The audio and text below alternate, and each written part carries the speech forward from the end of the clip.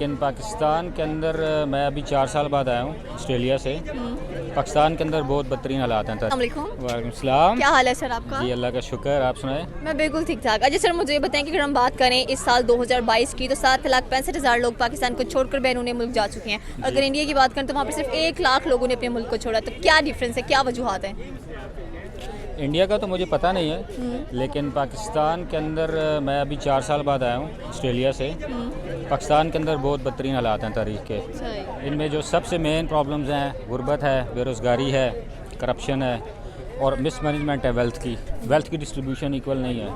तो जो गरीब है वो गरीब तर होता जा रहा है और अमीर अमीर तर होता जा रहा है। इसलिए लोग इतना जो है ना डिग्रियां करके पढ़ के तो वही सोचते हैं यार यहाँ हमारा कोई फ्यूचर नहीं है। लोगों को बाजार ऐसे लगता है, हालांकि अगर चीज़ों को मैनेज अच्छी तरह किया जाए ना तो बहुत कुछ पाकिस्तान में हो सकता है। मैं ख़ुद बाहर से आया हूँ। बाहर में ये है कि बाहर रूल ऑफ लॉ है, ठीक है जी।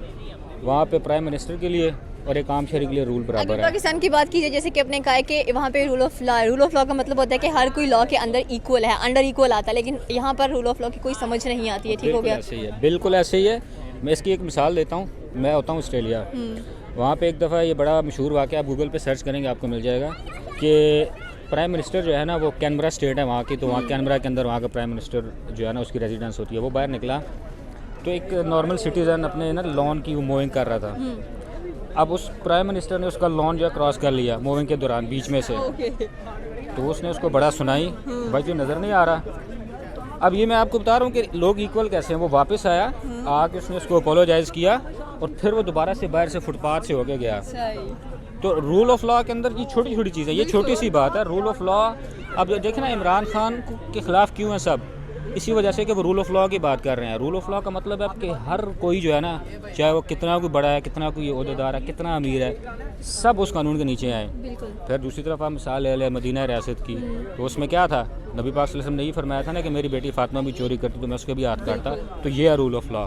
तो ये इसीलिए ये सारा माफिया उसके खिलाफ हुआ है, क्योंकि उसको पता है जब रूल ऑफ लॉ आ जाएगा तो तभी कौमें बनती हैं। सही हो गया। अच्छा, जैसे कि आपने कहा कि अगर बात की जाए ओवरसीज़ पाकिस्तान, जैसे कि आप भी एक ओवरसीज़ पाकिस्तानी हैं, तो कोई रेमिटेंस वगैरह पाकिस्तान में आता है, मतलब कोई गिफ्ट वगैरह पाकिस्तान को भेजे एज मनी के तौर पर या किसी और किस्म के तौर पर? मैं पर्सनली बताऊँ, पर्सनली बता दे अगर है तो। मेरे इतने दोस्त हैं, मेरे दोस्त अहबाब है वहाँ जहाँ मैं रहता हूँ, पाकिस्तानी कम्युनिटी जितनी सब रेमिटेंसेस भेजते हैं। सही है। तो वो रेमिटेंसेस जाते कहाँ पर हैं? ये वल्लाह आलम कहाँ जाते हैं, क्योंकि मैं 18 में गया था, अभी मैं 4 साल और 10 माह बाद आया हूँ। पैसे तुम भेजो तो वो तो मिल ही जाते हैं, गिफ्ट्स का मुझे नहीं पता और ना ही मैंने कभी भेजा है। और दूसरी बात ये है कि मैं तो गिफ्ट्स यहाँ से आके लेके देता हूँ, वहाँ क्वालिटी नहीं है इतनी चीज़ों की। सही हो गया। Thank you so much. अस्सलाम वालेकुम। वालेकुम सलाम। क्या हाल है सर आपका? मैं बिल्कुल ठीक, आप सुनेंगे? मैं बिल्कुल ठीक ठाक। अच्छा सर, मेरा आज का सवाल ये है कि अगर हम बात करें पाकिस्तान की, तो इस साल 2022 के अंदर 7,65,000 लोग पाकिस्तान को छोड़कर बैरून मुल्क चले गए हैं। अगर इंडिया की बात करें तो वहाँ पे सिर्फ 1 लाख लोगों ने अपने मुल्क को छोड़ा है। तो पाकिस्तान में इतनी ज़्यादा तादाद में लोग क्यों बाहर जा रहे हैं? इसकी बहुत सी वजूहत हैं। सबसे पहले तो ये है कि मैं खुद एक ना IT डेवलपर सॉफ्टवेयर इंजीनियर हूँ और लास्ट ईयर मैंने खुद विज़िट करना था, UK में अप्लाई किया हुआ था। यहाँ IT's कंपनी नहीं है और बेरोज़गारी बहुत हो चुकी है एज़ कम्पेयर टू अगर आप देखो UK में, जर्मनी में मेरे काफ़ी फ्रेंड्स वहाँ जा चुके हैं और वो वेल सेटल्ड है बिल्कुल ना उधर। और इसी वजह से लोग मूव करते हैं। बेरोज़गारी बहुत ज़्यादा है पाकिस्तान में, जॉब्स नहीं हैं। PhD स्कॉलर, MSc जो लोग कर रहे हैं वो फ्री बैठे हुए हैं इस टाइम। गवर्नमेंट स्कूल में जॉब्स नहीं है। जब से हम ग्रेजुएट हुए हैं 2018 से, उसके बाद कोई जॉब्स नहीं आई गवर्नमेंट की। 15-20 आती हैं और जो उनके एप्लीकेंट होते हैं वो 40-40 हज़ार होते हैं। तो इसी वजह से लोग क्या करते हैं, मूव कर जाते हैं, बैचलर करते हैं यहाँ से। बैचलर करने के बाद बाहर चले जाते हैं, वहाँ जर्मनी में MS फ्री है उधर। तो इसी वजह से वो लोग मूव कर जाते हैं और सेट हो जाते हैं। उसके बाद उनको PR मिल जाती है, वो पाकिस्तान इस वजह से वो छोड़ देते हैं। सही हो गया। तो इंडिया में इतनी कम तादाद क्यों नज़र आती है हम लोगों को? इंडिया का IT सेक्टर बहुत अच्छा है उनका, क्योंकि मैं खुद IT में हूँ, इस वजह से मुझे उन चीज़ का नॉलेज है। तो इस वजह से मैं यही सोच रहा हूँ कि उधर IT डिपार्टमेंट इनका अच्छा है। वो फ्री लॉन्सिंग करते हैं, फाइवर, अपवर्क और ऐसे कई प्लेटफॉर्म है जिस स्किल्स काफ़ी हैं उनके पास। और यहाँ पाकिस्तान में जो यूनिवर्सिटीज़ हैं वो आपको सिर्फ जस्ट बताएंगे कि कैसे पढ़ाना है, प्रैक्टिकल नहीं करवाती। तो इसी वजह से वो लोग सब मूव कर जाते हैं भाई। तो इंडियंस हमसे अच्छे डेवलपर्स हैं उधर इंडियंस पे, फ्री लॉन्चिंग करके अपना बजट निकाल लेते हैं और इस वजह से वो बाहर मूव नहीं सही हो करते। गया। अच्छा, लास्ट क्वेश्चन मेरा ये कि अगर हम रेमिटेंस की बात करें, यानी कि एज अ गिफ्ट अगर कोई पाकिस्तान में कोई मनी वगैरह भेजते हैं या ऐसी कोई चीज़ भेजते हैं, तो आपको क्या लगता है गवर्नमेंट उसको सही तरीके से इस्तेमाल करती है? जैसे ओवरसीज़ कहते हैं कि हम पाकिस्तान के लिए कुछ ना कुछ तो भेज रहे हैं, लेकिन आपको क्या लगता है पाकिस्तान में सही वो चीज़ें इस्तेमाल हुई हैं? नहीं नहीं, बिल्कुल भी नहीं। इसका अगर पीटीआई से रिलेटेड देखा जाए, इमरान खान, हम उस पर बिलीव करते हैं कि वो सही यूज़ करता था। नून लीग का इनका कुछ कह नहीं सकते। इस वजह से मेरे दोस्त लास्ट टाइम भी उन्होंने पेमेंट्स भेजी थी इमरान खान के ना अकाउंट से उन्होंने दिया होता, अब वो उन्होंने भी बंद कर दिए हैं, क्योंकि यही पॉइंट ऑफ व्यू है, इन्होंने खाना है लगाना नहीं।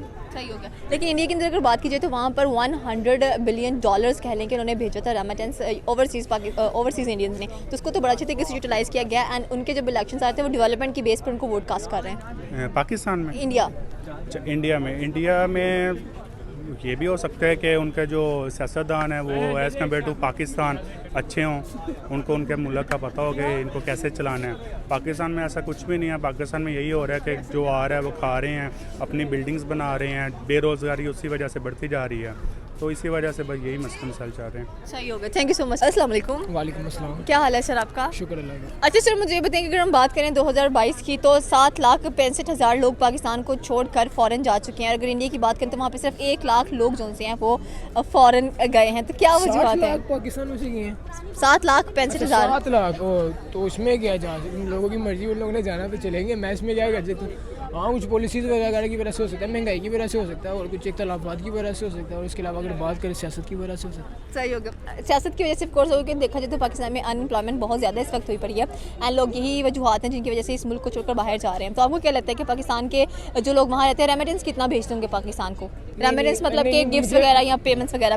मैं आपको सीरियसली पूरी बात बताऊँ तो असल बात पता है कि हमारे यहाँ पे जॉब्स वगैरह नहीं है। अगर यहाँ पे जॉब्स वगैरह होती तो आपको बाहर जाने की ज़रूरत ही नहीं पड़ती। जाहिर बात है, अगर जब आपके पास जॉब्स ही नहीं है, आपको कोई जॉब्स दे ही नहीं रहा, तो आप किसके पास जाके नौकरी करेंगे? घर बैठ के धक्के खाएंगे, या तो फिर आप ये कहेंगे यार कि मेरा भाई बैठा है, मेरा तया बैठा है, मुझे वो वहाँ से वीज़ा भेज, मैं अपनी फैमिली के साथ चला जाऊँ, बाहर जाके लाइफ स्पेंड करूँ, उधर कमाऊँ, उधर खाऊँ और उधर ही रहूँ।